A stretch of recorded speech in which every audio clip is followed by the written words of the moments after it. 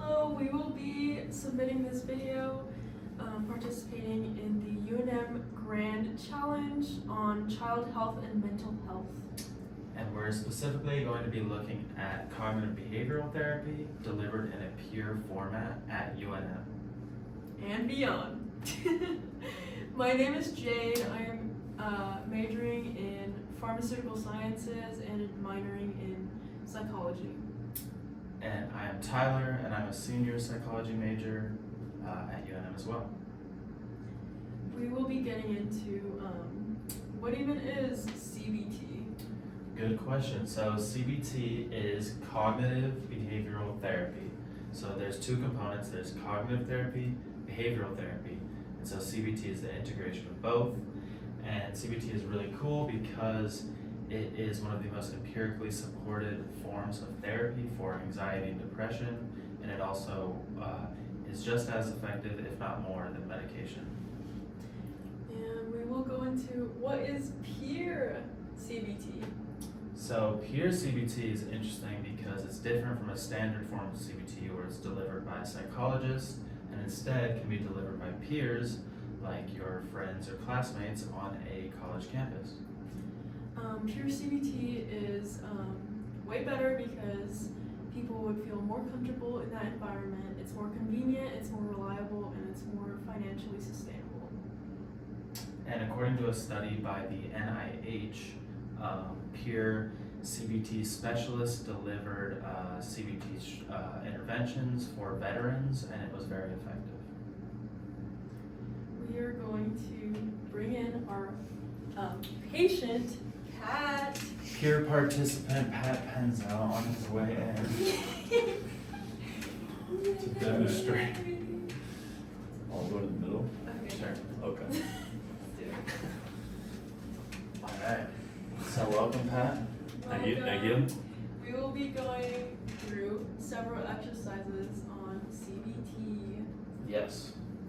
So we're going to start with cognitive restructuring, which is often given and is used to identify negative thoughts and replace them with positive thoughts.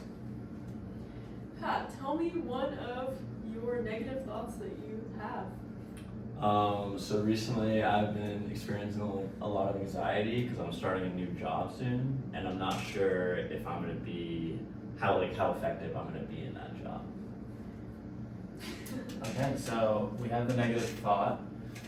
And so can you identify any distortions in that thought? So some distortions are typically catastrophizing, so making the negative consequences seem bigger than they are, more drastic.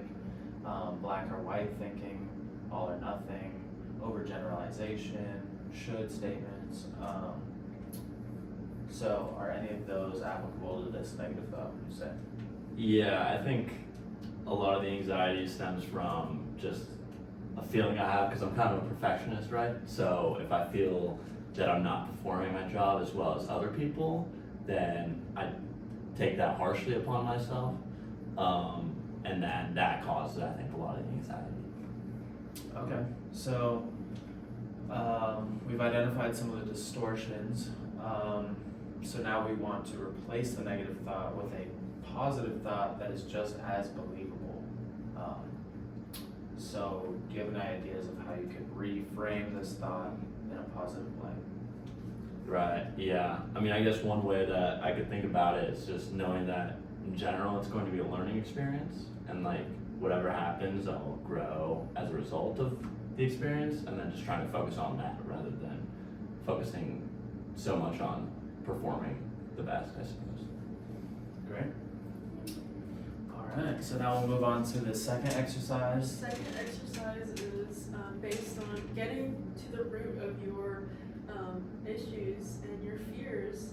It's basically discussing your anxieties and saying, if that happens, then what? So Exactly. So let's start with a thing you're afraid about or something you've had anxiety around recently. Oh, okay, yeah, I guess just in general. So I just finished my second to last year of school, right? So I've got one more after this one. Okay. And I guess something that's given me just general anxiety is knowing that in a year, I'm no longer going to be a student. I've been a student my entire life, and it's like, how am I going to adjust to adult life? That seems somewhat anxiety-inducing.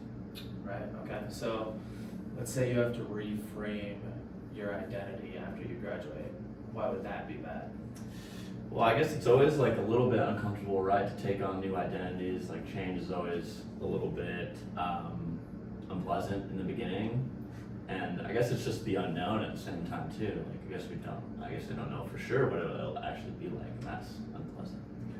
So if you, let's say you do have unpleasant emotions, then what? Why would that be bad? I mean, I guess in reality, it's not, right? It's just because like we all have unpleasant experiences, right? And then most of the times it ends up actually working out for the better. So I guess it's technically not even a bad thing. Okay. So that's just a brief example.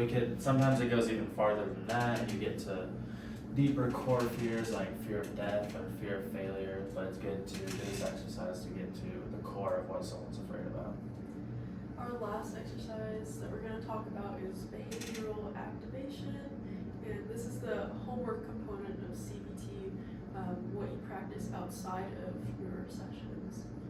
Yeah, so this is the behavioral component like Jade said, and so this involves doing activities that you enjoy even when you don't feel like doing them, and it's really big for depression.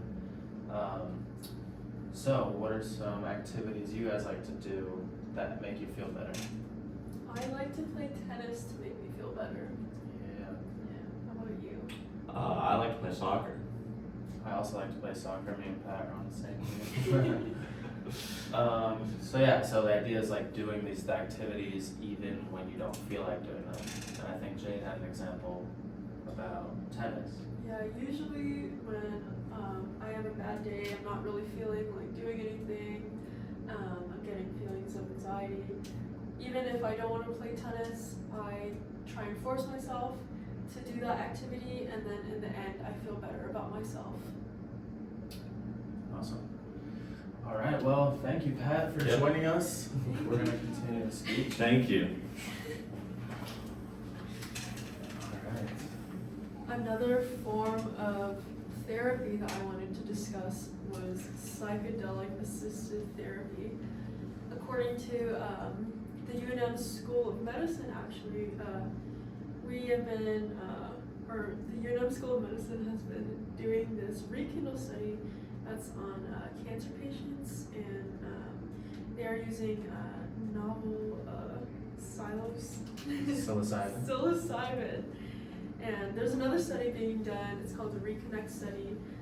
They're working with postpartum depression moms, and they're using mushrooms as the psychedelic aid.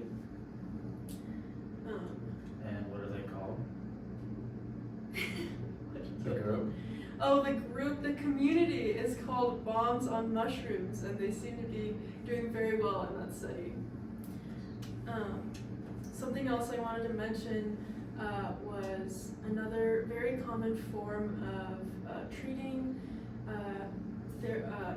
things like anxiety, depression, and PTSD.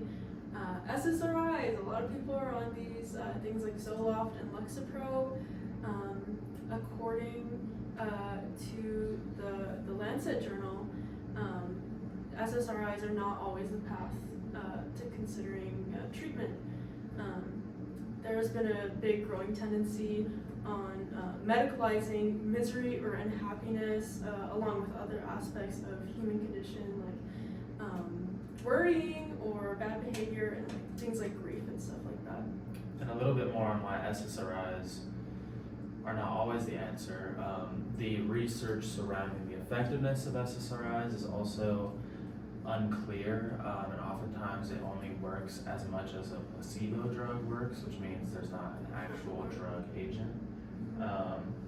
And also the serotonin hypothesis, that depression arises from a serotonin imbalance, is not totally supported in the science. So this encourages us to look to different forms of therapy like CBT. Another form of therapy that can be used is actually music. Yeah, so in a book called Every Brain Needs Music, Larry Sherman talks about the neuroscience of making and listening to music, and how that could be beneficial to incorporate on a college campus or with kids. I think music is a big way to bring kids together, bring community together, and something that I wanted to propose is bringing peer CBT to UNM here and teaching it to public schools across all ages, like high school, middle school, elementary school, and I think it's very important to teach kids that this is a very important form of treatment to kids that are dealing with anxiety and depression, and studies have shown that about 2/3 of children are free of their primary anxiety diagnosis after having cognitive behavioral therapy done. So, but yeah, CBT definitely lowers recurrence rates in youth, according to the NIH. So, as we can see, there are a lot of benefits to introducing a peer initiative CBT here at UNM and beyond, at schools across New Mexico and across the globe ultimately. So we are passionate about this, and thank you for listening.